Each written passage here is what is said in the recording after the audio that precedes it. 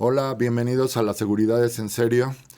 Parece que ya es una costumbre dar las gracias porque hemos tenido el apoyo de diferentes maneras y hoy nuevamente vuelve a regresar uno más del equipo que se ha unido a esta iniciativa, el mismísimo Pache Claudio Contreras. Muchas gracias, Pache, por volver aquí a apoyar. No, pues lo hago con mucho gusto porque me parece que el tema es primordial y lo tenemos que abordar cuantas veces haga falta. Muchas gracias. Oye, y para que la gente sepa, ¿cuál es tu trabajo y en qué consiste? Bueno, yo ahora ya detento el crédito de diseñador de producción, pero huelga decir que pues me tomó 33 años de carrera llegar a decirme diseñador de producción, que es un puesto muy complejo, que es básicamente la responsabilidad de la dirección de todo el departamento de arte y la supervisión del vestuario, el maquillaje y la interacción con todas las áreas que conforman una película, una serie, un comercial, un programa de televisión. Y para llegar a diseñador de producción, pues tuve que hacer toda la ruta de trabajo en arte, desde on-set dresser, ambientador, director de arte, diseñador de producción. Son como los escalafones para llegar a ser director de producción. Sí, es decir, si tu interés es ser un diseñador de producción, pues es muy conveniente aprender toda la ruta. Ahora, últimas fechas y que tiene que ver con la seguridad, mucha gente brinca de decorar un videoclip a decirse diseñador de producción en un comercial, cosa que a mí me parece, bueno, válido para ellos si así lo quieren manejar, pero me parece que tenemos que aprender a ganarnos de alguna manera el crédito, porque no es solo el crédito, es lo que traes detrás, es el bagaje, es el equipaje tanto cultural como creativo, como profesional que avala un crédito. Oye, ¿y cómo interactúas en una producción? Porque pues, al ser tantos escalafones, el producción de arte, ¿supervisas todo? ¿Hasta dónde llega? ¿O qué? Sí, es correcto. Mi participación idealmente pues empieza leyendo el guión, como siempre, y a partir de ahí tenemos que dialogar creativamente con el director, directora, fotógrafa, fotógrafo, diseñador, diseñadora de vestuario, diseñador, diseñadora de maquillaje. Y a partir de ahí yo tengo un equipo que se conforma por muchos escalafones, que es el director, directora de arte, ambientadora, utilero, y a partir de ahí cada uno tiene su estructura de trabajo. Entonces, yo me muevo, digamos, en dos planos, que es el creativo, donde yo expongo con el director, el fotógrafo, productores, ideas que están sobre la mesa y la pertinencia de llevarlas a cabo de tal o cual forma. Y por aparte, yo tengo que trabajar con mi equipo creativo, técnico, para que todas esas ideas que se aprueban o se tienen que volver a meter en la licuadora para llegar a la mejor opción, hecho mano ya de todo mi equipo. Entonces, con ambientación, platico de todo el interiorismo, una serie de factores claves como la cortina, el textil, etcétera. Con el director de arte, pues hablo más de la parte de la construcción, la parte que tiene que ver con otros departamentos, con el utilero o prop master, porque huelga decir que en este negocio usamos mucho anglicismo. Entonces, el prop master pues también se encarga de esta parte de la utilería, lo que toca el actor, lo que tiene que tener un efecto especial o lo que tiene que tener un detalle. Entonces, yo me muevo en esos dos niveles, ¿no? El creativo y el técnico. Y esa parte la concilio pues para llegar al rodaje, para que podamos llegar y filmar con toda calma y precisión. Oye, por ejemplo, en el prop master, en mi caso, pues siempre ha habido una relación con las armas, ¿no? Oye, el prop master era lo que era el armero realmente, ¿no? Así me tocó aprender en las películas. Sin embargo, ya no es como tan así, se ha como definido más hacia la parte de un departamento exclusivo para armas, ¿no? Cuando antes pues era, ¿no? Él es el prop master y se encargaban de las armas reales y de utilería y de todo. ¿Eso por Sí. qué habrá cambiado? Sí, bueno, nosotros que venimos ya de una carrera, vamos a decir, desde los 90 a la fecha, pues hemos visto esta evolución de cómo el sector audiovisual se ha ido ensanchando, diría yo, ¿no? Pero yo recuerdo, como bien mencionas, en aquellas épocas donde una película que requería de armas y una serie de utilería especial, efectivamente era responsabilidad del prop master, pero a su vez ese prop master tenía un equipo también de armas que son los que de alguna manera cuidan esa fase, esa parte, donde esa arma tiene que ser evidentemente preparada para la escena, tiene que cubrir todas las medidas de seguridad. Ya se han vivido accidentes lamentables de armas que no fueron probadas o no sabemos bien cómo llegaron a ese set y que han provocado accidentes lamentables. Pero yo creo que la evolución de nuestro sector, lo que ha derivado, es que tenemos que cuidar más toda esa parte y qué le toca hacer a cada quien. Entonces yo en mi caso a veces, si veo que el prop master o utilero con el que estoy trabajando no está capacitado para el manejo de armas, prefiero hablar con el productora y decirle, oye, la verdad es que necesitamos ir muy seguros en esto y no podemos, incluso por estilo, por época, por ciertos factores, a veces pongo el dedo en ese renglón, pero también por la seguridad. Porque luego pasa que les escuchan la palabra utilería y se les hace fácil jugar, ¿no? Y hay compañeros que, a ver, préstamela y le hacen una broma a otro y tal. Cosas que tienes que evitar. Entonces tiene que haber ahí un rigor de trabajo que es fundamental. Entonces yo a veces prefiero traer también a esa figura del armero para evitarnos justamente por una situación de prisa o porque al utilero que además está viendo que el plato de comida, que el reloj, que el celular y que un montón de cosas que interactúan en el momento y el arma. Entonces ahí es mejor decir, mira, vamos a descargarle trabajo a este señor por seguridad, ¿no?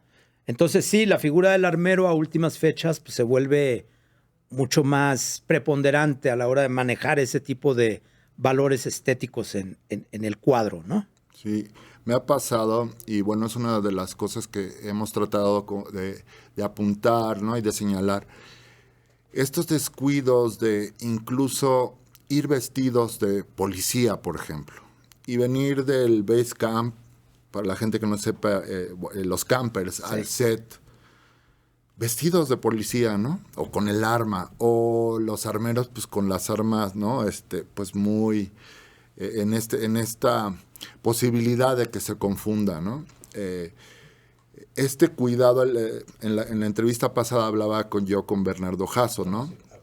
¿Cuántas cosas de pronto les encargan a ustedes que están fuera del, digamos que del margen a donde ustedes deben de ser responsables, porque hay como una falta quizá de preparación, a decir, oye, el protocolo es, las armas se entregan, aunque sean de utilería, en el set, cuando sale un actor, no puede ni siquiera ir vestido con ningún tipo de insignia o en un transporte especial.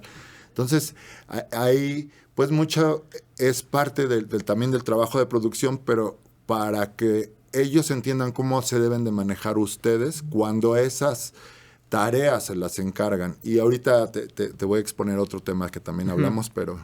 Sí, el área de competencia, ¿no? O sea, yo superviso y tengo a cargo todo el departamento de arte. Entonces, efectivamente, puede haber un arma jugando, el utilero, el armero, pero luego viene el estopín que se le pone al vestuario del actor o de la actriz. Entonces ya te estás relacionando también con efectos especiales, luego con vestuario. Empieza a operar una serie de departamentos para llegar a una toma, a una escena. Entonces, esas áreas de competencia tenemos que delimitarlas muy bien, porque a veces por ansiedad, por prisas, por una serie de cosas, mandan pues al aprendiz de producción a decirle, oye, ve a ver cómo van con esto del arma y tal. Y de repente esta persona llega y dice, oigan, que me den el arma, que ya urge, que hay que filmar. Y si quien está a cargo de esa arma no sabe y dice, bueno, pues urge, llévatela, pues ahí ya estás rompiendo un protocolo. Porque imagínate que estás filmando en la calle, tú no sabes que esto es una filmación o qué está pasando y ves a alguien corriendo con un arma, pues por supuesto tú como persona de la calle, como un ciudadano, es que está pasando. Entonces sí creo que es fundamental tener todos esos protocolos muy bien cubiertos porque nosotros contamos historias, no estamos viviendo la vida real en ese momento. Entonces, ese contar historias deviene una organización, y esa organización, yo siempre comparo esto de hacer cine, por ejemplo, con un equipo de fútbol americano, ¿no? Porque todo tiene que ser preciso. Con uno que no haga su trabajo, pues la jugada ya no funcionó. Y en este caso, llamémoslo así, ir a filmar la escena, pues es la jugada que vas a ejecutar en ese momento. Algo que falle da al traste con el trabajo de un montón de departamentos. Entonces sí, creo que ya estamos en la época, después de toda esta evolución, en donde tenemos que ser muy juiciosos y muy estrictos con esos protocolos, ¿no? No permitir que de repente, ya dásela y que la lleve al set, ¿no? Espérame, es mi responsabilidad y va en su cajita y se la doy al actor, actriz en la mano, en el set, como debe de ser, le explico. Supuestamente ya hubo un entrenamiento de cómo se toma el arma, cómo la debes manejar cuando no estás en escena y apuntando al suelo, en fin, una serie de cosas. Desafortunadamente, como el cine o la serie o esto que nosotros hacemos se sigue basando, digamos, en la ficción y en el casi estamos jugando a hacerlo, a veces la gente pues pierde esa noción. Y es muy grave, porque yo en mi caso a veces sí señalo eso de decir, oigan, ¿qué hace esta persona? Ya, no te prendas, güey, ya no vuelve a pasar. Pero no es que no vuelva a pasar, es que no debería de pasar. Entonces sí, hacer hincapié en que eso debe de ser fundamental y ese protocolo se debe cubrir a cabalidad. La interacción con otros departamentos, ¿no? La vez pasada hablábamos que a veces ustedes les encargan, oye, pues una fogata o que las antorchas, ¿no? Pero les embarcan quizá un trabajo que es más hacia efectos especiales. Hablábamos de que se debe de balancear. Ustedes diseñan, pero cuando la producción les dice también prendan fuego, también hagan esto, pues ya empieza a haber como otras responsabilidades que hablábamos de que quizá su equipo no está preparado para eso, ¿no? Hay un historial de sets quemados, claro, por falta de control. ¿Qué tanto le siguen pidiendo a ustedes y qué tanto tú sí aceptas que pase ese trabajo hacia tu departamento? Sí, sigue sucediendo, sigue habiendo esta historia de, oye, pues eso que lo hagan tus chavos, ¿no? Y entonces ahí ya es cuando todo empieza a estar mal, porque dices, a ver, compañero, sea AD, o sea de producción, o sea alguien que te está pidiendo esta situación. Primero, no son chavos, son trabajadores calificados. Entonces, es un on-set dresser que está cuidando el cuadro y está haciendo unas labores de set, de arte dentro del set. Y esta persona pues, normalmente tiene asistentes dentro del set. Entonces, cuando dicen, ay, que lo hagan tus chavos, es como demeritar esa parte de, pues es algo muy fácil, hombre, es una fogatita. Fogatita. Pues es una fogata que a lo mejor es una intención de luz. Entonces, eso no lo puedes decidir tú que me pides un favor. Eso hay que platicarlo con el fotógrafo, porque, por ejemplo, ahí vienen varias consideraciones. Una junta previa de varias decisiones. Exactamente, donde yo planteo, a ver, ¿queremos una fogata normal o queremos una fogata controlada? ¿Qué es normal? Es que si vamos normal va a haber humito y va a haber que hacer la acción de alimentar el fuego. Y eso lo podemos controlar. Pues finalmente es una fogata. Todos hemos hecho una fogata en la vida y todo está bien.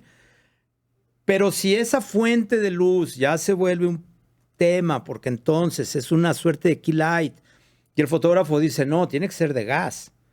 Entonces voltean y me dicen, tus chavos lo pueden hacer. Y yo les digo, sí lo puedo hacer, pero necesito cobrártelo. Y ahí es cuando dicen, ya mejor que lo haga efectos. Y no es que es mejor que lo haga efectos o arte. Algo sencillo como una fogata lo podemos hacer porque es una conexión de gas y hay que controlar y que la alimentación del gas esté fuera de cuadro. Lo podemos gestionar, pero no es lo ideal porque para eso hay un equipo de efectos especiales. Si es algo que solo se hace una vez en el corto, en la película, en la serie, insisto, lo podemos gestionar, pero el problema empieza cuando yo le digo al productor o productora, oye, pero yo te tengo que cobrar eso. ¿Cómo? Pues es que es material que yo no traigo en el camión. Si tú traes un camión de efectos especiales, ellos van a traer muchos recursos que tienen que ver con los efectos especiales. Si se lo pides al equipo de arte, yo puedo gestionarlo, pero lo más probable es que me falten elementos, vamos a decir, técnicos y de herramienta para poder hacer eso. Y a lo mejor también le digo al productor, oye, yo para hacer eso, sin que traigas a un equipo de efectos ese día, necesito otro par de gentes. No, pero ¿por qué? Pues porque estamos filmando una cuestión y luego hay que tener preparado esto de la fogata y hay que esconder tuberías y hay que hacer una movida. Y estás generando un efecto especial, finalmente. Al final del día. Entonces, creo que ahí cuando llegamos a la mesa de discusión es cuando las cosas se ponen tensas, porque entonces ya es cuando te dicen, no, pues entonces mejor le hablo a uno de efectos. Y yo digo, es que sí sería lo mejor si tenemos un paquete de efectos dentro de la serie o la película o el proyecto, pero también tienen que hacer conciencia de que eso cuesta. No es nada más, ay, aviéntatelo tú, porque ustedes los de arte son bien creativos. Sí, sí somos muy creativos, pero eso no quiere decir que yo venga listo para resolver algo que se decidió en la mañana de ese llamado, ¿no? Entonces, si es una situación que hay que hacer conciencia, insisto, la competencia de cada departamento, hasta dónde llega el departamento de arte y dónde empieza el de efectos especiales, dónde empieza el de stunts, dónde tiene que ayudarnos ahí el staff con no poner una luz en esa zona. Son una serie de discusiones que se dan en la mesa y que se tienen que llevar a cabo en la práctica. Yo creo que lo estamos haciendo mejor, pero creo que seguimos dejando un poco a la buena voluntad de, pues tú dile al de arte a ver si se lo avienta. Y no debería ser así, lo podemos discutir, lo podemos gestionar, pero si definitivamente, por ejemplo, tenemos a 80 personas con antorchas, pues de repente hay que fabricar esas antorchas, hay que tener en cuenta que unas van en el plano del fondo, luego otras van más cercanas y luego las del primer plano. Y ahí volvemos a lo mismo, a lo mejor el fotógrafo necesita que las del primer plano sean truco y sean de gas para que no avienten humo y el viento no les esté haciendo sombra con ese humo a los actores, en fin. Son un montón de consideraciones técnicas. Pero en este caso, por ejemplo, que yo las voy a aprender. Te lo digo por experiencia. Ya me tocó ver cómo no en algún... Vi que prendieron, oye, está bien, ¿dónde están los extinguidores? No traían extinguidores. Ahí es donde empecé a relacionar y dije, bueno, si fuera un equipo de efectos especiales, los extinguidores ya los tienen ahí porque ya es casi un instinto saber que tienen que controlar este rollo. Entonces, de pronto, todas esas cosas pues llegan a pasar y a suceder y dices, sin duda, híjole, los están embarcando y no vienen con toda esta preparación que es súper importante tener. Pero bueno, está muy bien que hayas aclarado pues todas estas circunstancias. Oye, y como en tu experiencia, ¿cuáles son los accidentes que más están expuestos ustedes? O más recurrentes Bueno, el departamento de arte entraña muchos riesgos porque somos un departamento que a ratos es invisible.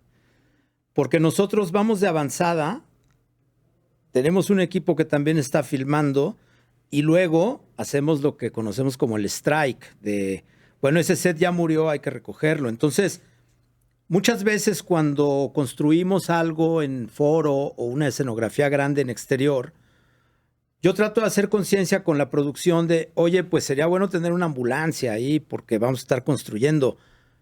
Y normalmente te dicen, pero arte nunca lleva una ambulancia. Como que todo se ciñe al proceso y al momento del rodaje. Y a veces yo les digo, oye, es que vamos a estar trabajando en paralelos, a triple altura. Sí llevan sus líneas de seguridad, intento que así sea siempre. La verdad es que es bien difícil luego convencer al trabajador y ahí ya no es culpa de ninguna producción, sino de la persona. Perdón, ¿ambulancia hablas además del doctor o...? Sí, o sea, o si va a haber una ambulancia, pues con paramédicos, bueno, pues ya estamos bien. Pero normalmente el departamento de arte de avanzada, desde que ya no operan los sindicatos en forma, ya no hay doctor en avanzada. Yo recuerdo cuando hacíamos esas películas hollywoodenses donde yo iba de avanzada a construir un pueblo vaquero y había un doctor, y había una ambulancia, porque había 43 carpinteros, 23 herreros, 18 pintores. Pues sí, de repente alguien se machuca, alguien se lastima, alguien se cae. Pues tienes que estar listo, porque además no estás trabajando junto a un hospital.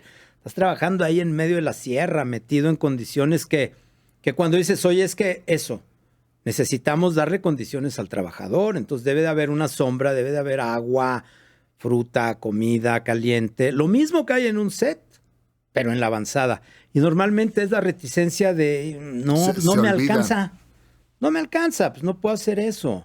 Entonces yo tengo que ver cómo en mi presupuesto trato de que haya esas condiciones de trabajo, pero efectivamente tampoco me alcanza, porque si yo tengo que pagar la ambulancia, pues le estoy quitando a lo mejor al interiorismo, ¿no? O al tamaño del set. Y sí lo haría, ¿eh? Sí llegaría un momento en que diría, oye, tu set va a ser más chico en aras de que haya seguridad. Pero bueno, son negociaciones que se dan. Entonces, ¿a qué estamos expuestos? Primero, a que a veces pues, hacemos trayectos de carretera. Entonces, ya el vehículo, la unidad que lleva a los trabajadores y todo el equipo material, pues tiene que ser una unidad que esté en buenas condiciones. Ya ha pasado que se quedan a medio camino, chocan porque falló el freno, en fin. ¿A qué nos exponemos ya cuando estamos trabajando en campo? Pues nosotros trabajamos con herramienta y a veces en altura. Entonces, una herramienta que lleve un trabajador que no esté bien porque ya se le zafó el buje y entonces ya la sierra no hace su función, sino que se atora y de repente bota un disco, pues sí llegas a tener accidentes graves de gente que se rebana un dedo, cosas graves, ¿no? Como le pasa a los carpinteros, o sea, en la vida normal, común, por sigue siendo una herramienta. Exactamente. Lo que pasa que en un taller, pues tienes que tener la consideración de que todo esté bien. Revisas la herramienta, que no esté fallando esto y aquello, que si estás soldando, pues sí tengas los extintores ahí cerca. Todo eso, pero una vez más, todo eso cuesta. Entonces, cuando tú haces conciencia de que eso cuesta, normalmente te dicen, ya, pero pues, con que hay un extintor para todos, ¿no? Y dices, no, güey, porque tengo un equipo de trabajo acá y a 100 metros tengo otro equipo de trabajo. Entonces, yo necesito que los dos estén seguros, ¿no? Entonces, ¿qué nos toca a nosotros, como en este caso, encargado de todo un departamento? Hablar con nuestras cabezas de área para decirle, en el caso de construcción, director de arte, por favor que chequen que la herramienta que están trayendo, la personal, esté en buenas condiciones, que no vaya a haber ahí un tema de que se rompió la banda porque ya estaba muy usada y le botó y le lastimó. Segundo, que esa herramienta, como ellos la usan, pues tiene que recibir un mantenimiento. Entonces, normalmente tratamos de pagarles la renta de esa herramienta para asegurarnos que en la siguiente acometida de trabajo, esa herramienta esté en buen estado, ¿no? Porque sería imposible dotar a todos de herramienta nueva cada vez. No funciona así. Entonces, ir checando todos esos datos te van arrojando mucha información de dónde es que surgen los accidentes, ¿no? Por ejemplo, a veces puedes levantar un panel muy grande y de repente ves a 3 queriéndolo mover y dices, no, esto es entre 8. No, sí podemos, no, pues si no es de poder, es por seguridad. O sea, de poder se pueden hacer milagros y mil cosas, pero aquí no venimos a hacer milagros, venimos a hacer un trabajo. Entonces, si ese panel tiene que moverse por tal o cual razón y es un panel gigantesco, yo a veces considero la situación incluso de desarmarlo y de decir, oye, es que ¿cómo vamos a mover ese bicho? No, ahorita vemos. No, es que no es de ahorita vemos, es qué es lo más seguro. Ahí es bien importante entender esto, porque a veces es, mire, no, claro que podemos, pero ellos no saben que a lo mejor si rompes un protocolo, te puedes meter en un problema con el seguro, porque claro, entonces el seguro va a decir, oye, no, fue una negligencia que hayan hecho eso con 3 personas. O bueno, según el caso que puede ocurrir, pero es real. A veces no se piensa ni en eso, de saber que también somos, o sea, podemos exigir, pero somos responsables. Absolutamente. Y tenemos que cumplir de la misma manera en la que exigimos, en cumplir, ¿no? Absolutamente, porque luego viene otro factor, que eso ya es más de educación laboral, que tiene que ver con el consumo de alcohol y drogas. Entonces yo, por ejemplo, en mis equipos está prohibido, o sea, es así de, es que nomás fue una chela a la hora de la comida, es que no puedes, es que no debes, es que no al lugar, es que estás despedido. ¿Por qué? Porque si esa persona que se le hizo fácil tomarse una chelita en la comida y le quedan todavía 5 horas de trabajo, quizá esa herramienta que no revisó y no apretó bien la tuerca y le botó la sierra y le rebanó un dedo, cuando lleguen a hacerle el análisis médico van a decir, señor, huele a alcohol. O tiene un grado de alcoholemia por mínimo, pero ahí ya el seguro no vale. Entonces hay que hacer conciencia de eso, ¿no? Y también del uso de las drogas, porque se da mucho esta cosa heroica de, no, patrón, aquí sin dormir nos rifamos. Es que no se trata de eso otra vez. Entonces yo ahí tengo que negociar con la producción el tema de decir, oye, no puedo tener a la gente trabajando 18 horas y luego llamarlos dentro de 6 horas para que acaben el trabajo. O me das más días, o recorremos la fecha, o vamos a negociar. Normalmente es muy difícil que te hagan caso. Entonces, eso deviene en que el trabajador empieza a hacer uso y consumo de drogas. ¿Cómo? Pues no lo sé, pues cuando va al baño, a lo mejor es una pastillita, pues no les puede ser un antidoping a todos todo el tiempo. Entonces, me parece que también tenemos que hacer conciencia de eso. Una educación laboral donde al trabajador le expliques eso. Mira, si te estás durmiendo porque estuvo dura la paliza el día de ayer, prefiero que me lo digas o que le digas a tu jefe de área, oye, no puedo, güey, no puedo estar en el andamio, me siento inseguro. Y prefiero retrasar ese trabajo un poquito a poner en riesgo la seguridad del trabajador. Pero esta cosa heroica de, no, sí se puede, nos rifamos, es que no se trata de eso. Entonces siento que hay un vacío entre la seguridad real y la educación al respecto. Y tenemos que hacer conciencia de eso, engranarlo, y a los trabajadores les tendríamos que estar dando cursos de todo eso. Por ejemplo, un dato muy grave que aprovecho para contarlo, estos accidentes que se dan ya fuera del trabajo, que es el traslado del trabajador que terminó su turno de 18 horas durante 2 días seguidos, ha dormido nada, y este hombre se mueve en moto, o esta persona se mueve en moto. Entonces, tuvo 2 jornadas de trabajo brutales, con un espacio de descanso mínimo. Ya como acabó el proyecto, pues se les hizo fácil, una chelita, ¿no? Un churrito, pues ya acabamos. Sí, y ese señor toma su moto y en el camino se queda dormido, piñazo, accidente lamentable, fatal. Entonces, normalmente decimos, no, pobre, pues es que hay que ayudarlo, es que qué paliza, es que qué tal y esto.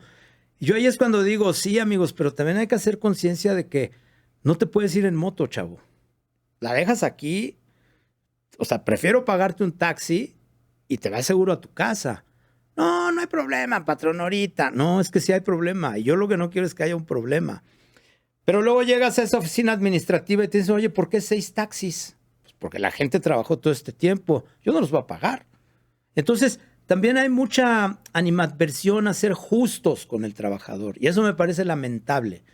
Porque a veces yo digo, el productor no es el enemigo, es el que administra el dinero de alguien que nos está dando trabajo a todos.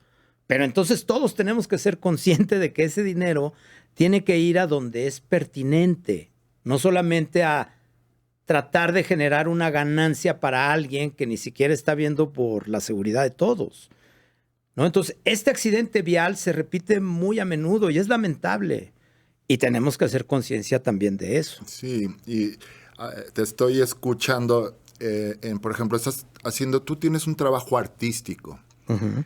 Cómo se ve y tienes esta preocupación finalmente y este compromiso con el arte, pero al mismo tiempo estás siendo responsable de generar una cultura en tu equipo y que ellos sean responsables de ser lo más profesionales que se pueda dentro de tus alcances. Entonces ahí estás cubriendo 2. Una es mi trabajo a nivel artístico como director de producción, pero también estás preocupado por el laboral en cuanto a ejecución. Claro. Esto me lleva a preguntarte, ¿ustedes qué otras protecciones tienen? Porque a mí me pasó mucho y a muchas generaciones que al mismo tiempo que éramos como jefes de departamento, donde quizá mi trabajo era, que yo voy a realizar esta escena, pero también me tenía que estar preocupando por si tenían un lugar donde descansar, por si su hotel, por qué cuántos viáticos, ¿no? Entonces, me ocurrió, a partir del 2014, en mi trabajo, que es el de los Stones, ya pertenecemos a la ANDA. Eso hizo que yo dejara de tener discusiones laborales, de decir, oye, yo tengo que viajar de esta manera, tengo que descansar, entonces a ustedes todavía les toca cubrir eso y tú tienes que hacer un trabajo de abogado que a lo mejor ante la producción te vas a volver una persona, oye, es muy incómodo trabajar aquí con el Pacho porque mira que exige este tipo de cosas, ¿no? Es correcto. A mí, pues gracias a estar con esta protección, ¿no? Porque también como sindicato tenemos mucho trabajo que hacer para realmente sí tener todos los derechos pues que debe de tener un trabajador. Pero bueno, yo estoy un paso adelante que ustedes. ¿Qué pasa con el gremio de la gente del arte? O sea, ¿en qué se recargan? ¿Cómo pueden tener esperanzas de tener más protección? Porque justamente hay comentarios de, oye, el arte siempre somos los más olvidados. Y yo creo que todos los departamentos dicen eso de alguna manera. Claro. Nada más que tú ahora puedes hablar por ellos. Sí, es una cuestión sumamente importante, fundamental, insisto, pertinente, porque aquí hay que hacer un poco de historia. El primer sindicato creo que se formó allá por 1914, el primer sindicato cinematográfico, una cuestión así. Luego tuvimos una cultura sindical muy arraigada que incluso la enarbolaban los actores, el maestro Gabriel Figueroa. O sea, ellos se dieron cuenta de esta situación de decir, oigan, aquí hace falta protección. Entonces forman el sindicato.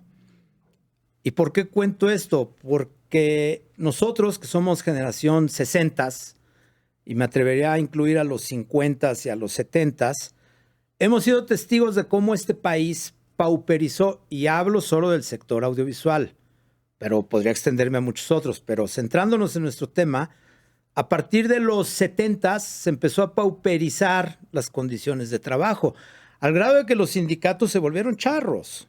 Y al grado de que nuestra cinematografía, lejos de conformarse como una industria de avanzada, con grandes temas y que realmente pudiéramos generar un discurso, sí nacional, pero también universal, etcétera, etcétera, se nos viene toda esta cargada de, vamos a decirle así, el cine de ficheras, que yo no tengo nada en contra del cine de ficheras, me gusta.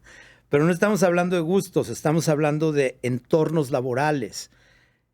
Y en ese sentido, pues los derechos laborales se fueron al traste, porque empezaron a hacer, vamos a decir, malformaciones de la interpretación de la ley, al grado de que pues, quieres pertenecer al sindicato, ¿quién es tu familiar? Te tienes que esperar casi a que alguien se muera. Sí. Tienes que pagar una cuota, tú ya tienes una carrera, pero si quieres entrar vas a la fila, porque primero los agremiados. Entonces, los sindicatos se volvieron una suerte de enemigo para los productores y una suerte de, pues yo lo llamaría un vacío existencial para los trabajadores del cine, porque aunque nos invitaban a participar, las condiciones no eran pertinentes, no eran loables, no eran... Acababa siendo tu propio delegado otra vez dentro de un sindicato, ¿no? Claro, porque yo que ya tenía una carrera para entonces de director de arte, me decían, vente, intégrate, órale, ¿qué ofrecen?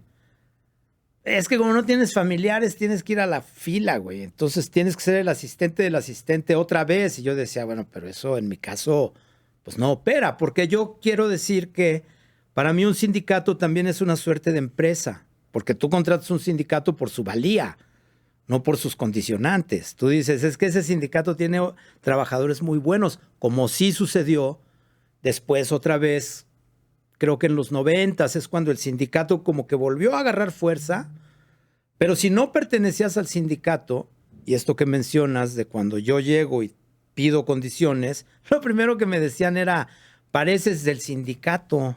Y yo decía, pues brincos diera, porque si yo tuviera un sindicato detrás, no estaría negociando estas condiciones. Mi delegado te las estaría exigiendo y estaríamos en otro tono de discusión y de debate y de negociación incluso. Pero como el equipo de arte en general, vamos a decir, se hizo a un lado y no nutrió las estructuras sindicales, los sindicatos empezaron a conformar en una suerte ahí de revoltijo de derechos laborales que nadie entiende nada, casi que a la fecha. Y entiendo que, por ejemplo, ahora hay 16 sindicatos. ¿Qué hacen? ¿Dónde están? quiénes son. ¿Cómo 16 sindicatos? Yo eso no lo sabía. Sí, hay una investigación por ahí del maestro Ugalde que arroja esos números. Tengo que investigarlo bien. Del audiovisual. Sí, del pero sector. Hablando Citatir y todos estos de las Me imagino que incluye televisiones televisión y todo, pero 16, yo digo, ¿pero dónde están? Porque ha habido buenas iniciativas. El caso es que a la fecha no nos hemos logrado organizar para volver a meter esta estructura del Departamento de Arte dentro del cobijo sindical, que sería verdaderamente benéfico, porque un sindicato pues te puede dar estructura para esto que hablamos de la capacitación, de la educación, de que los trabajadores no todos tienen que aspirar a ser diseñadores de producción. A lo mejor alguien dice, yo quiero ser jefe de construcción toda la vida, y me parece loable y lo aplaudo, pero para que esa persona pase de oficial tercero a jefe de construcción, pues tiene que hacer un recorrido y tiene que aprender muchas cosas y todo eso está muy bien. Pero sí estamos muy descobijados en ese sentido el Departamento de Arte, porque también la gente que nutre el Departamento de Arte no viene estrictamente de una escuela. La gente que nutre el Departamento de Arte normalmente viene de el contacto del contacto, y este es mi primo que es bien movido y vas a ver, es bien listo, güey, le va a entender pronto. Y sí, llegas a encontrar joyas, pero luego llegas a encontrar gente que dices, compañero, es que para hacer cine hay que saber leer un guión. Te di el guión y no lo leíste. O sea, te estoy diciendo, oye, ¿por qué no pusieron bien que aquí cuando el muro llega, el stunt lo tira? O sea, esto está anclado, esto tiene que tener un juego. Pero ahí, esta persona que aunque sea el amigo, tiene una relación con el arte, o sea, sabe de pintura o tiene pues algún tipo de relación con este tema artístico, o simplemente llegó como un empleado cualquiera y pues desafortunadamente mucho es por amiguismo, ¿no? De tráete a los de la colonia, que ya en vez de que estén de vagos, tráetelos para acá. Que eso nos pasa a todos y que en está algún bien. momento, pero sí. O sea, está bien, yo no digo que sea malo, yo no digo que sea nocivo, nada más lo que digo es que ya una vez que entran al gremio, al área cinematográfica o al área audiovisual. Claro, ya estás aquí. Ya no hacen por capacitarse, porque ya dicen, pues ya lo sé, ya sé que soy swing y ya sé que voy y traigo y llevo muebles. No, compañero, es que ese no es tu trabajo. Poner un mueble en un set no es nada más cargarlo y acomodarlo. También hay que saber cómo se acomoda y cómo le está pegando la luz y por qué lo pidieron verde, y si lo trajeron rojo, tu responsabilidad es decir, oye, que no iba a ser verde, tú ponlo ya que hablen con ambientación o con el jefe del departamento. Ahora, regresando un poquito, los sindicatos normalmente deben de tener un mínimo, pues, de saber por qué vas a pertenecer aquí. Ya debiste haber tenido una labor, una preparación. Y entonces, por ejemplo, el amiguismo o de vente, jálate, pues también hay una parte ahí que dices, bueno, el sindicato te va a ayudar, pero ¿en dónde está tu preparación para que también tú puedas ser digno de un sindicato? Y al momento en que puede haber una falta de preparación, pues el mismo sindicato, en caso de que estuvieras agremiado, estás faltando como a esas bases que, por ejemplo, hablabas de que antes, oye, para hacer se tiene casi que morir antes para que alguien entrara. A mí me pasó en el sindicato de técnicos y manuales. Y dice, a ver, no entiendo. Yo vengo ya con 4 o 5 años de una preparación y las cosas como las estaban manejando era muy extraña y muy cerrado, porque lo vi, porque no aceptaban a cualquiera. Y luego encontramos cobijo en Landa, muchos años después.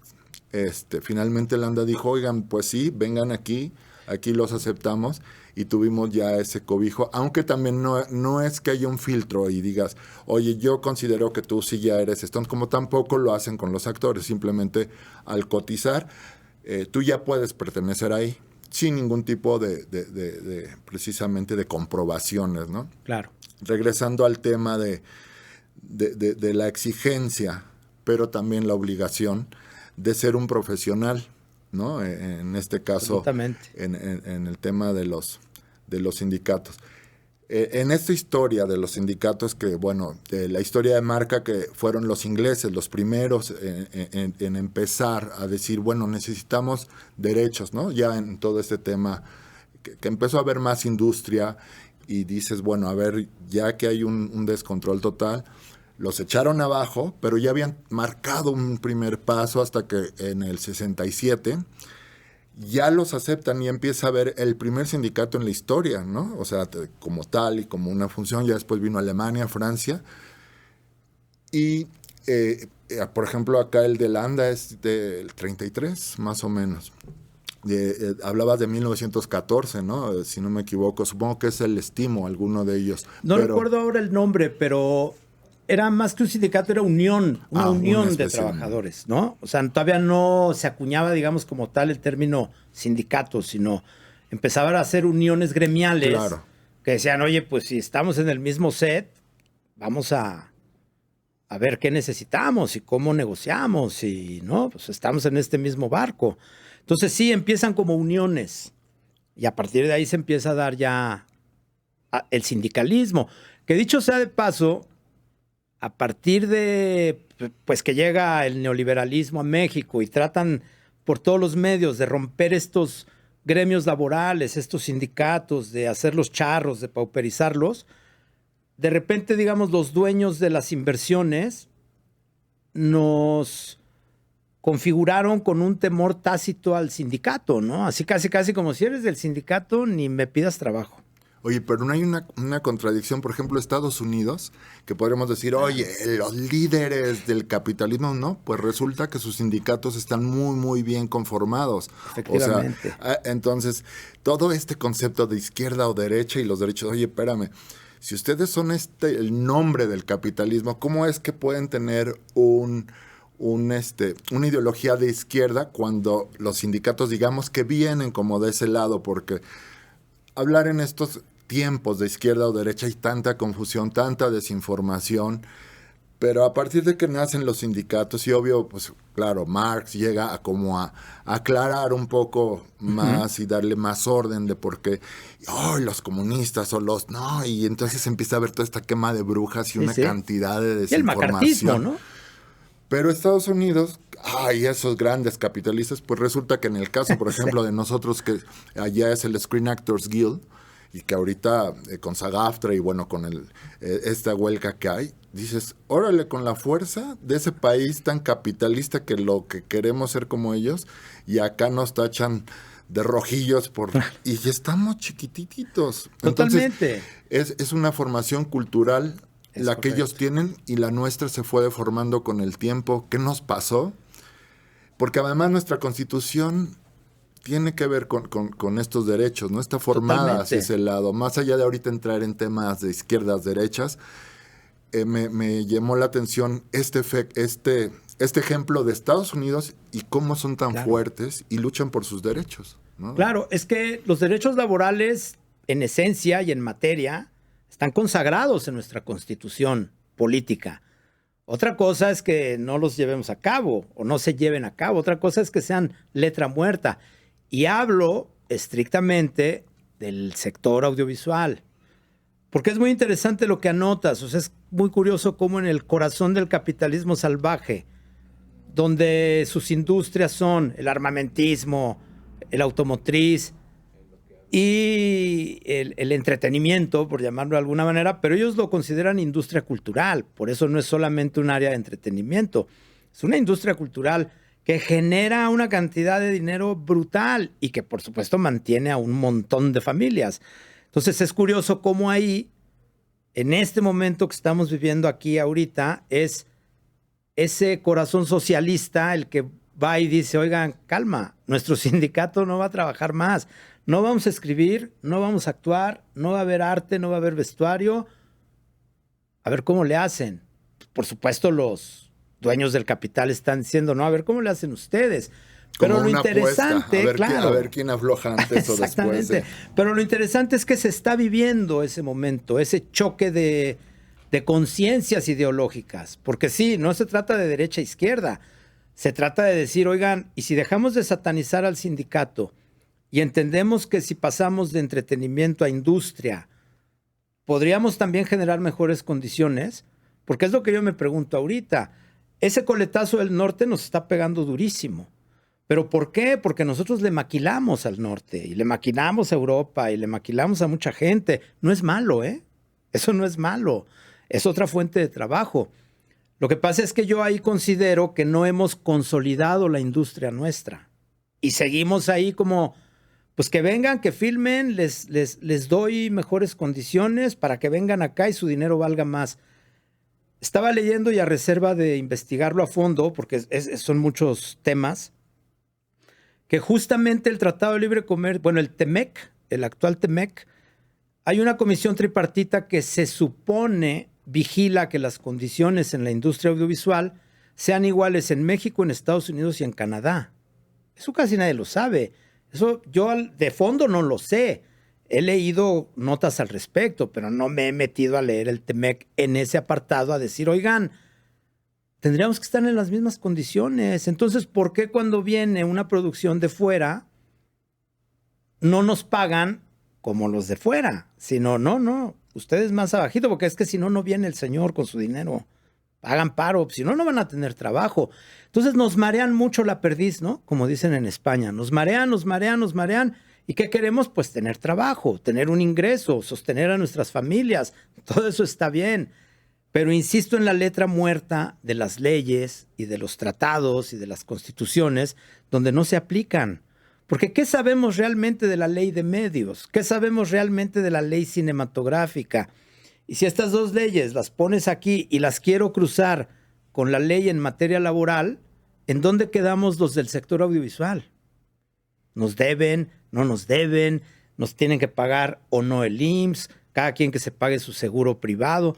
Claro. No lo sé, porque no lo hemos cruzado, porque no nos hemos dado a la tarea de tener esa discusión que sí, no es divertida, sí, no es creativa. Bueno, un poco sí, pero no es lo mismo hablar de vamos a diseñar un castillo en maqueta y luego otra parte y un muro y tal, que eso es muy divertido, a decir, oye, necesito hacerlo en maqueta, pero sí necesito hacer un muro, pero necesito hablar con el de VFX y con el de Special Effects y con el de Stunts, porque además vamos a tirar a una persona de 14 metros. Pues eso es muy divertido, sí, pero ¿cómo entrecruzamos todos nuestros derechos laborales en esa parte tan divertida? Claro. Entonces ya no es tan divertido cuando le dices al productor o que insisto, el productor no es el enemigo, claro. El productor administra. De hecho, es hasta nuestro mejor amigo, nada más es una cuestión de entender, porque ellos mismos apoyan. Totalmente. Yo le he hablado con muchos productores, incluso Sean, que espero venga próximamente, decía, no, a mí me ayuda incluso a organizarme y me ayudan por default a tener todo más en control. Exactamente. Y es siempre bueno escuchar la otra parte, porque a veces creen que, no, el trabajador está en contra del empresario, y pues no es cierto, al contrario, es un trabajo que en común es... nuestro objetivo es que todo salga bien para todos de la manera correcta. Exactamente. Regresando un poco a la historia y bueno, nos estamos robando un poco del tema del sindicalismo, pero es que ya salió. Pero es importante porque los sindicatos también tienen este derecho, o sea, esta obligación de proteger al trabajador, claro. No nada más sino en el set o en el presente, sino a futuro. Son muchas situaciones que el medio audiovisual, incluso lo que el otro día que tú participaste también en la junta del gremio, uh-huh. Incluso hablaste del tema de los sindicatos. Ya luego le daremos su lugar a los que van a venir de los sindicatos para que también claro. Nos den su punto de vista. En la historia de los sindicatos, el mismo gobierno, o sea, como viene la historia del primer sindicato, el mismo gobierno echó abajo ese tipo de derechos claro. Al inicio. Y ya claro. Después, con la fuerza, surgieron. Con el tiempo, y ahorita mencionaste el charrismo, se fue echar a perder, se echó a perder. Entonces muchos empresarios también dijeron, a ver, espérense. Una cosa son los derechos, pero otra cosa es el abuso. Exactamente. Empezaron a abusar y echaron a perder todo el trabajo que ya se había construido para tener algo bien.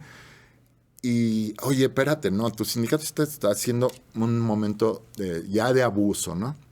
Entonces se empiezan a ver como estas, pues, falta de honestidad, tanto de uno como del otro, y nos empezamos a meter el mismo pie cuando ya hay como algo más, pues, más justo y más formado, y al mismo tiempo, pues, dices, oye, lo estamos echando a perder. Sin embargo, en el caso de ustedes y de otros, siguen estando desprotegidos. Sí.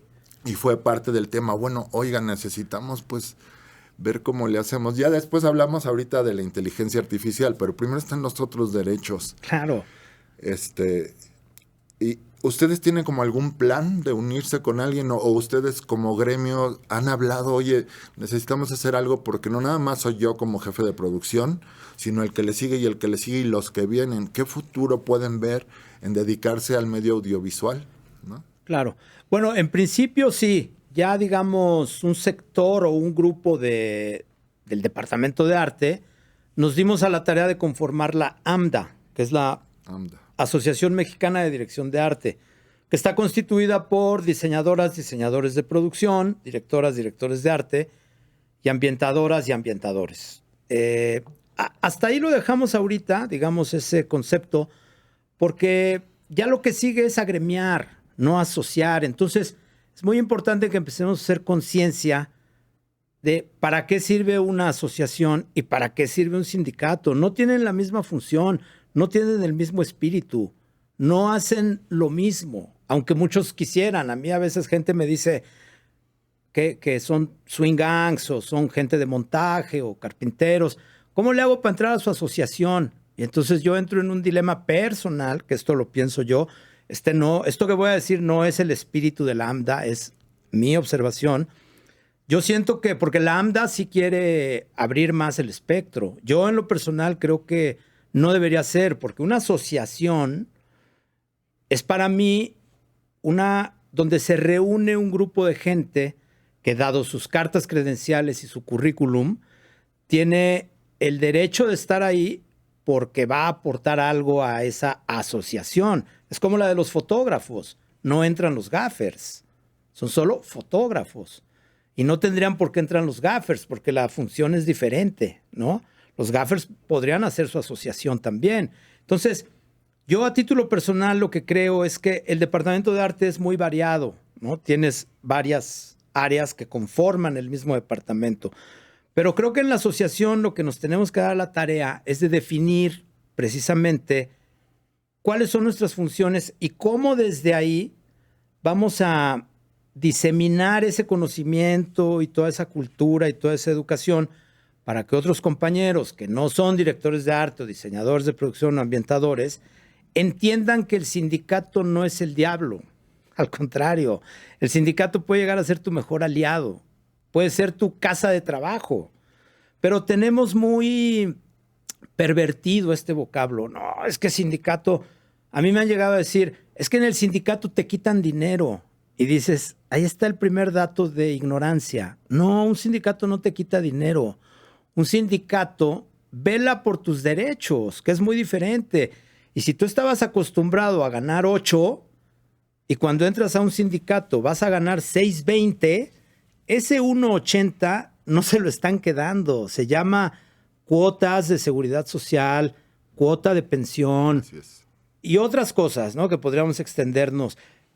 Pero desafortunadamente la ignorancia empieza cuando dicen, es que me van a quitar dinero. Es como cuando dicen, mis impuestos. Bueno, pues es que esos impuestos también tienen esa función para en algún momento entender cómo funciona el pagar impuestos, ¿no? Tal cual, si tú no quieres tributar, no podrías vivir ni siquiera en el siglo XVI, güey, porque ya desde entonces tributaban. Te tendrías que ir a la época de las cavernas. Y seguramente también había una especie de peaje por, yo qué sé, güey, transportar un animal muerto, no sé, cualquier cosa. Pero esto de la tributación, esto de los derechos, esto de las cuotas sindicales, tenemos que enseñarle al trabajador que no es el enemigo y que no te están robando nada. Al contrario, te están generando una pensión. Otra vez, a título personal, yo ahorita no tengo una pensión, yo ahorita no tengo ningún derecho porque nunca me agremié a un sindicato. Y ahorita que volteo digo, estoy parado en nada, en el siguiente trabajo. Claro. Y creo que es la generalidad de muchos que estamos en este sector. O sea, me atrevo casi que a meter la mano al fuego que el 80% estamos en esa condicionante. Sí, no, yo lo veo siempre, se habla de ese tema, ¿no? Yo no, justamente vuelvo al tema, yo soy afortunado en estar ahí, pero los escucho y digo, híjole. Claro. Pues claro que hay una necesidad. Hay una necesidad, pero sobre todo necesitamos transmitir el mensaje y que el mensaje llegue bien. No es que no vas a ganar menos, güey, vas a ganar derechos, ¿no? Y a partir de ahí volvemos a la seguridad. Hay un caso de una persona que un día va y se pincha en un set una pierna con un hierro cualquiera y un rasgón. No se lo atendió, lo dejó correr, se le infectó. Oye, pues vételo a atender ahí al hospital de la producción. Va al hospital de la producción. Sí, vete para allá. Llega allá, le dice, no, hombre, no, usted va a perder la pierna. Lo meten, lo operan. Ya usted está bien, ya nada más pague lo que debe y se va a su casa. ¿Y cuánto debo? 300,000 pesos. Oigan, producción, ¿quién se encarga? ¿Quién se encarga de qué? ¿A quién le avisaste? ¿Cuándo dijiste? ¿Cómo sabíamos? Eso no lo cubre mi seguro. Todo mal. Y resulta que este trabajador, además, él tenía IMSS, porque él lo pagaba. Pero se le hizo más fácil decir, me voy a ir al privado, pues está más chido, ¿no? Que para qué me voy al IMSS, que no está padre. Compañero, te aventaste una deuda de 300,000 pesos cuando te la pudiste haber evitado, ¿no? Entonces, ¿qué nos está proponiendo las nuevas leyes, esta nueva revisión sindical, todo esto que está sucediendo ahora, que es una transformación? Que todos nos pongamos en sintonía de aprender, de entender y de aplicar. Porque si no entendemos qué es un sindicato, pues no podemos aplicarnos a hacer un sindicato. Hay otras fórmulas, puedes hacer una empresa también, puedes hacer una empresa de swing gangs. Y hasta les convendría porque les pagarías con una factura y ellos se hacen bolas. Pero ellos tendrían como empresa que ofrecer seguridad social, ofrecer pensión, claro, ofrecer que es lo que ahora una serie pasó de con cosas. el Repse, famoso. O sea, ahora ya no es como antes, ya ahora, ok, va a ser así tu contrato, pero entonces tú vas a ser el responsable de esa parte de los trabajadores, ¿no? Porque ya... Exacto. O sea, ha habido estas dos evoluciones y también lo de la libertad sindical, que también yo la veo muy bien en cuanto a que ya los sindicatos no dejan de amafiarse para decir las cosas solo se hacen como yo digo y dices, Exacto. bueno, ahora yo no estoy de acuerdo por la circunstancia que quiera, así que prefiero irme al otro sindicato o no ir, o entonces eso de alguna manera ha ayudado. Claro. Pero también tener bien claro cuáles son tus protecciones. Ya le estamos robando la chamba a los que van a venir a hablarnos de sindicalismo, pero es importante porque ahorita estamos dando el punto de vista como trabajadores, que eso no va a ocurrir al rato, bueno, cuando venga nuestro secretario de la ANDA, Calva, Alejandro, ya sabes que acá te vamos a esperar. Es que yo ahí tendría un punto a rebatir, por ejemplo, porque yo tengo un tema con los sindicatos, no personal, sino a últimas fechas yo veo que los sindicatos van y cuando estamos, no sé, hablando del tema en una asamblea o en una reunión, es curioso cómo lo que quieren es venderte su sindicato.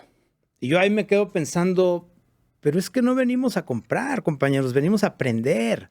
Entonces, yo sugeriría que hiciéramos una mesa amplia donde hubiera gente del sindicato y gente de cada área que conforma una producción audiovisual. Porque claro, entonces los del sindicato... Claro. Para que entiendan cómo es todo este diálogo. Incluso mis queridísimos compañeros de la alimentación, incluso mis necesarísimos transportistas. ¿Por qué?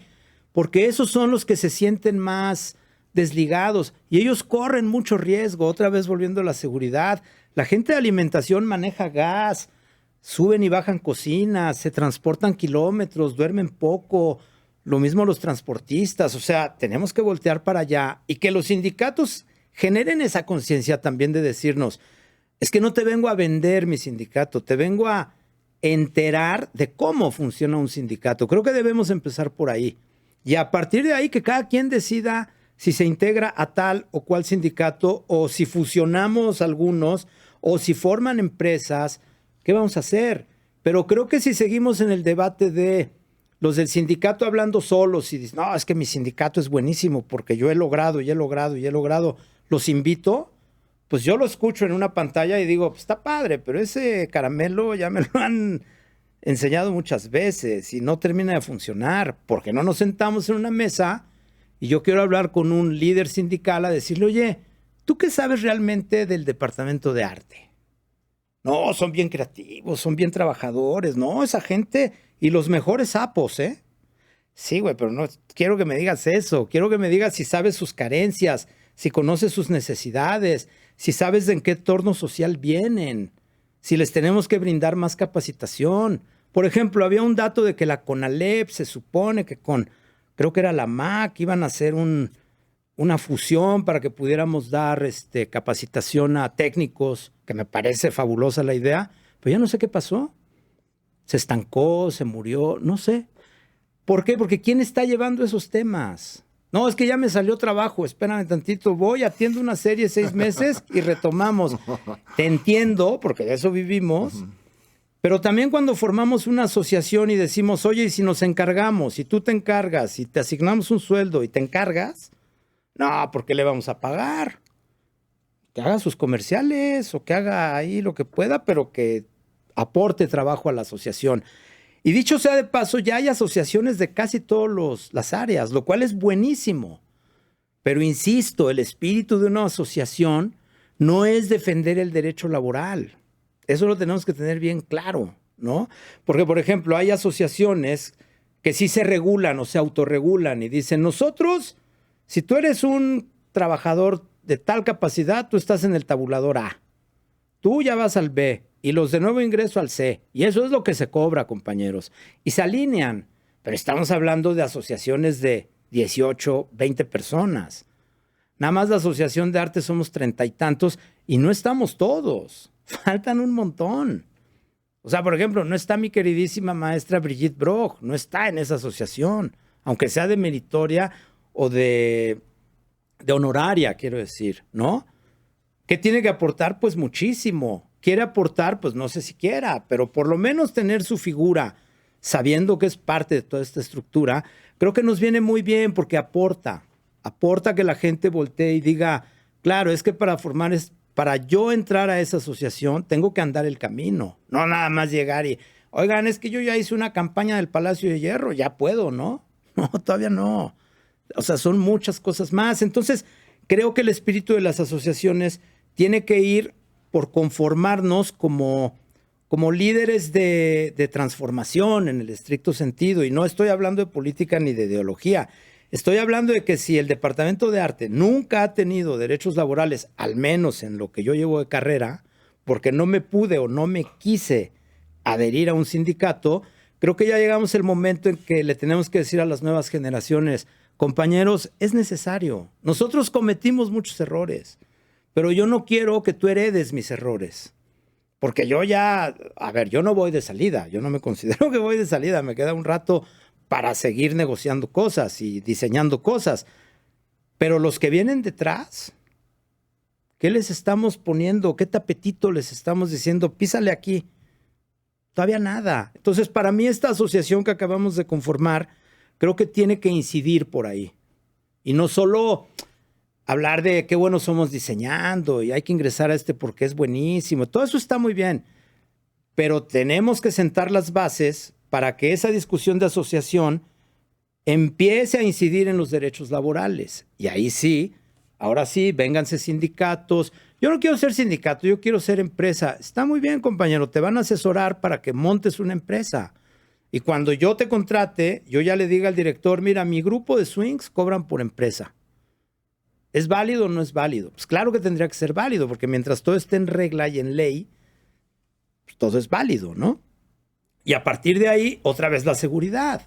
Sí, pero en este caso la producción dice, ok, nada más échame tus papeles porque quiero saber que sí tienes a tus trabajadores en orden, ¿no? Exactamente. Y ahí es donde, a ver, tienen IMSS, tienen todo esto, y a partir de ahí ellos dicen, bueno, que es una ley bien importante que ocurrió y claro. Es incómoda porque pues, nos movió el tapete, a ver, no, pues, cambio de reglas. Cambio de paradigmas. Y seamos más responsables en toda esa parte, ¿no? Tanto como empresario o como trabajador, ¿no? Porque te puedes ir por los dos lados, ya sea por el sindicato o incluso la misma contratación directa con la producción. ¿Y sabes qué resolvería mucho esto de las empresas?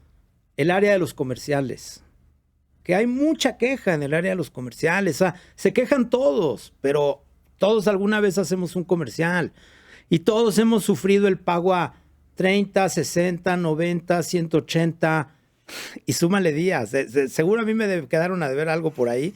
Ya vamos en miles de días. Entonces, la discusión ¿a dónde nos lleva en este sentido? A ordenarnos, a regularnos. Yo considero que nosotros trabajamos en un sector desregulado, porque los compañeros que se dedican prioritariamente a los comerciales se quejan mucho y yo los entiendo. Y no es que estén buscando meterse a las series para ya no hacer comerciales, no se trata de eso. Se trata de que ellos están bien haciendo comerciales, pero también los que estamos en el otro lado, digamos en la otra área que es el cine o las series o tal, también tenemos que velar y ver por ellos y con ellos. No es que nosotros llegamos y les digamos, es que así vas a operar. No, pero mira, aquí operamos así, ¿por qué no adoptas esto, adaptas esto? Y claro, únete también con nosotros y vamos a hacer presión ahí. ¿Por qué? Porque un comercial tiene que filmar 18 horas sin ningún tipo de acuerdo. ¿Por qué un comercial te puede pagar a 180 días sin ningún tipo de acuerdo? Porque lo aceptamos. Y ahí se acaba la discusión. Es que tú aceptaste. No, pero yo no firmé nada. Pues por eso, aceptaste de palabra. Si yo le acerco mañana que me hable un productor de comerciales, una carta contrato, ni siquiera un contrato, un convenio, de oye, pero estás obligado a pagarnos en 30 días y si no, penalty. Ya no se hizo el proyecto, mi pache, ¿qué crees, cabrón? Y ya luego al rato lo anda haciendo alguien que ni por la cabeza le cruzó firmar esa carta convenio. Y luego, 3 meses después, ves en estos sitios que existen en Facebook y tal, de casas que no pagan y tal, es increíble cómo abusan de nosotros y nadie nos pela y qué puedo hacer. Y pues es que ¿qué puedes hacer? Nada, porque tú estás consintiendo esas condiciones. Y encima, pues no te sumaste a firmemos cartas convenio. No, es que a mí sí me urge trabajar. Pues es que a todos nos urge. Y a todos nos urge cobrar y todos necesitamos. Pero ¿qué pasa si dejamos de lado la urgencia y nos ponemos realmente a ser más proactivos en función de nuestros derechos laborales? Pues es que a lo mejor voy a trabajar menos. Oye, me acordé ahorita, esta huelga que ahora está, ¿no? De los escritores y que se unió el Screen Actors Guild, SAG-AFTRA. Una de sus grandes temas es, oye, y que lo han hablado, sus ganancias son megamillonarias y nosotros nada más estamos pidiéndoles un chiquitito ahí para que nos respeten, ¿no? Es como medir un poquito de que, bueno, si tú vas a tener todas estas ganancias, no entiendo por qué no aflojas un poquito por acá para que todos seamos felices, ¿no?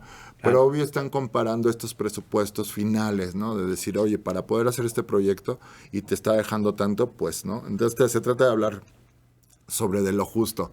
Obvio, en México tenemos muchos tipos de proyectos. Hay los internacionales, los de Netflix, Amazon, todos estos. Hay un tema bien importante que hace poco vi los números. El cine mexicano, los apoyos hacia el IMCINE, que sí ha desaparecido, que le quitaron, que ya no nos apoya la cultura, y bueno, cantidad de cosas que bueno, se hacen bolitas por ahí, se empieza a armar una desinformación, que si unos, y sale, por ejemplo, y dice, oye, perdón, pero ese apoyo no lo hemos dejado de dar, los Arieles los pueden hacer en Bellas Artes, o sea, hay cantidad de distorsión y desinformación y que todo el mundo agarra una cosita para allá y una cosita para acá. Pero un tema muy importante y que tiene que ver con el TIMEC y el apoyo, porque ha sido una lucha de muchos años. La misma academia ha sido un espacio para alzar la voz y decir las cosas están bien o están mal o no o sí, ¿no? Y resulta que justamente me quedé pensando, oye, si es dinero del apoyo del gobierno, ¿por qué muchas películas están saltando los derechos laborales? Algo que nomás no me entra, porque dices, y es incongruente que se le quiere exigir al gobierno más apoyo, más dinero a las películas, queremos más esto, dame y no dar. Y porque empecé a ver que se estaban saltando, no todos, obvio, claro, conocemos muchísimos productores de cine mexicano que respetan completamente, en mi caso, la ANDA, y son unos profesionales, ¿no? Eso no queda a discusión. Lo que queda de discusión, ¿qué hizo el otro resto que está trabajando con dinero público y no está respetando los derechos laborales? ¿A ti cómo te va en ese aspecto? Obvio, ya sé que no están sindicalizados, pero en nuestro caso, pues vimos esos números y dijimos, oye, ¿cómo que el 30% nada más de todo lo que se está haciendo con el cine? Más allá de, luego entraremos en temas de que si la exhibición, que si nos falta, siempre nos va a faltar apoyo. Estamos pasando por unas circunstancias, venimos de la pandemia, es un país que se está transformando, son muchas circunstancias, ¿no? Pero en este caso me llamó la atención con lo del tema del cine mexicano. ¿Qué piensas tú de todo eso? ¿Cómo se está dando?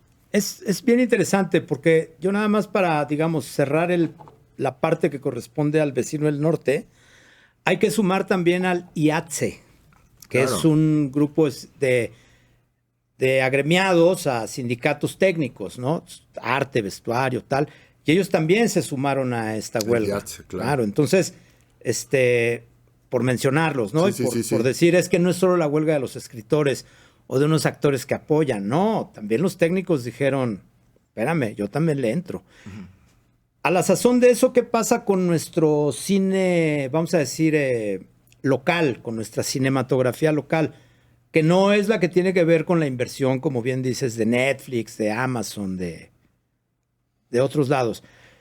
Lo que sucede es que el apoyo se dispersó y ahora se apoya a más regiones y ahora se apoya, vamos a decir, a cineastas que no están en el candelero y que no viven en las zonas céntricas de la Ciudad de México.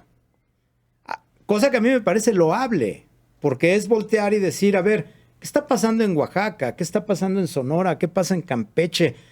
¿Qué en Sinaloa no filman? No, pues claro que sí. Y está sucediendo. Lo que pasa es que muchos de los arrepentidos eran los que estaban acostumbrados a meter el proyecto una vez, 2 veces y bingo. Ya estás, compañero. A filmar. No digo que esté mal. Nada más digo que tenemos que encontrar otros mecanismos de inversión para que no todo recaiga en la estructura federal. También ahora se apoya un poco desde lo regional. Cuando digo un poco, es un poco, porque no estoy hablando de que mañana Michoacán va a hacer una superproducción sobre tal y cual. No es cierto. A lo mejor están haciendo 3 películas, pero son de un presupuesto contenido, que no aplica para decir, tráete al Pache desde allá, güey, a su equipo de arte y vamos a hacer aquí maravillas. No es cierto, no funciona así. Cosa que a mí no me molesta ni me quita el sueño. Al contrario, me parece loable que se empiecen a abrir nuevas formas de producción regionales, estatales, y que también empecemos a ver este mosaico de narrativas pues mucho más amplio, que eso me parece fantástico. Pero eso no está incidiendo en la industria como tal. Insisto, porque no somos una industria consolidada. Y voy a explicar por qué. Si fuéramos una industria consolidada, partiríamos de aquí, haríamos el siguiente punto y cerraríamos el círculo. Lo que nos han hecho saber como el círculo virtuoso, ¿no? Entonces, yo recibo dinero, hago una película, ya está hecha, te quedó increíble, pero ¿qué crees, cabrón? Como es una película de arte, pues suerte en los festivales, cabrón. Vas. Oye, pero ¿no la vamos a exhibir? En festivales. No. En el cine de mi localidad no se puede. ¿Por qué? Porque no soy dueño de la distribución y de la exhibición. Entonces, nuestro círculo no se cierra. Porque ¿cuántas películas están ahí esperando una proyección en pantalla? Que es una de las mayores quejas de toda la gente que ha hecho películas. Bueno, ya la hice, pero ahora nadie la ve. Nadie la ve. ¿Por qué nadie la ve? Porque no estamos discutiendo sobre la distribución y la exhibición. ¿Qué es la distribución? El camino que va de una película o un proyecto terminado a la sala de cine. En ese camino está la distribución. Resulta que no, de esas 3 partes, de esos 3 componentes, solo aplicamos uno, porque la distribución pues no es nacional. O sea, no hay una entidad federal que diga, vamos a distribuir. Y no hay un sistema de salas cinematográficas estatales o federales que digan, es que toda mi producción va para allá. Independientemente de que pueda proyectar otro tipo de cine, que puede ser incluso blockbuster de verano y todo esto. Eso no estará peleado. Lo que ahorita no está funcionando es, una vez que terminas una película, ahí se queda. Claro, porque no hay cinetecas en todos lados, ¿no? O sea, afortunadamente ahora tenemos esta que nos está apoyando mucho para ver un cine, ¿no? He visto mucho en la televisión pública un apoyo como nunca antes había visto, no sé si es mi visión. No, es real. 14, el 22, el 11, el 21 y películas súper frescas, así, y dije, bueno, ya hay un camino por ahí para que la gente lo pueda ver. Pero ¿dónde viene entonces cuando no se exhibe en el cine y no se puede generar esta industria y este retorno para que la gente pueda seguir produciendo, ¿no? Es todo un tema. Y es que ahí, si te fijas, ahí se está violando un derecho, que es el derecho de la audiencia. Porque Claro. como bien decías, yo pago impuestos. Señor de a pie, el señor de la panadería, que paga sus impuestos. Y luego son los que se quejan diciendo, es que hacen esas películas de comediantes chafas que a nadie le interesan. ¿Y por qué con mi dinero? Claro, y no se dan cuenta que hay un cine súper interesante que Porque pues no no se les ve. ha llegado, claro. Porque no les llega. Oye, Bachi, ya te acabaste las tarjetas de... Todo indica que ahorita vamos a seguir continuando con este programa porque pues no tenemos reglas. Exacto. Y si queremos que este programa dure 2 horas, a lo mejor lo cortamos. Pero ahorita regresamos. Vamos a hacer estos arreglos rápidos. Cambios técnicos. Nos echamos hasta un cafecito. Eso. Pero no nos vayamos. Ustedes Va. se tienen que ir. Pues, más bien hacer unas cosas que está pidiendo Nito. Pues aprovechamos, ¿no? Porque si no nos vayan a echar el sindicato. No tienen, pero pues mejor les preguntamos. Ya estamos Ok. abusando de la tarjeta. Sí. Bueno, ahora regresamos. Sí. Ahora regresamos.